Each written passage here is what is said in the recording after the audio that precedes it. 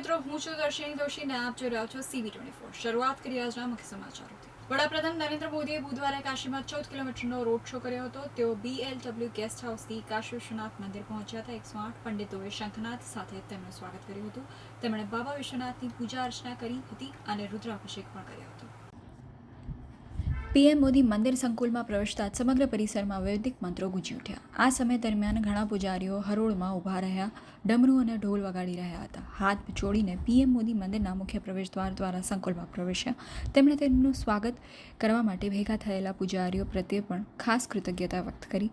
PM Modi હવે મુખ્ય મંદિરના ગર્ભગૃહ પહોંચ્યા। અહીં તેઓ બાબા વિશ્વનાથના જ્યોતિર્લિંગ સમક્ષ બિરાજમાન છે। આ દરમિયાન શાસ્ત્રોક્ત વિધિઓ અનુસાર મંદિરના ખાસ પૂજારીઓએ PM મોદીને હાથ ધોવા માટે માર્ગદર્શન આપ્યું અને શુદ્ધિકરણ મંત્રોનો પાઠ કરીને ધાર્મિક વિધિ માટે પવિત્ર પ્રતિજ્ઞા કરાવી। આ પછી ષોડશોપચાર વિધિ પદ્ધતિનો ઉપયોગ કરીને ભગવાન વિશ્વનાથની પૂજા શરૂ થઈ।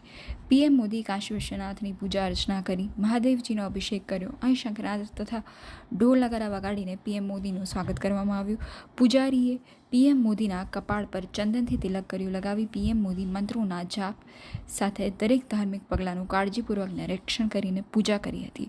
તેમણે ભગવાન બાબા વિશ્વનાથની પવિત્ર ગંગાજળ, હળદરનું પાણી, અક્ષત, પવિત્ર ચોખાના દાણા અને દૂધનો ઉપયોગ કરી અભિષેક વિધિ સ્નાન કર્યું।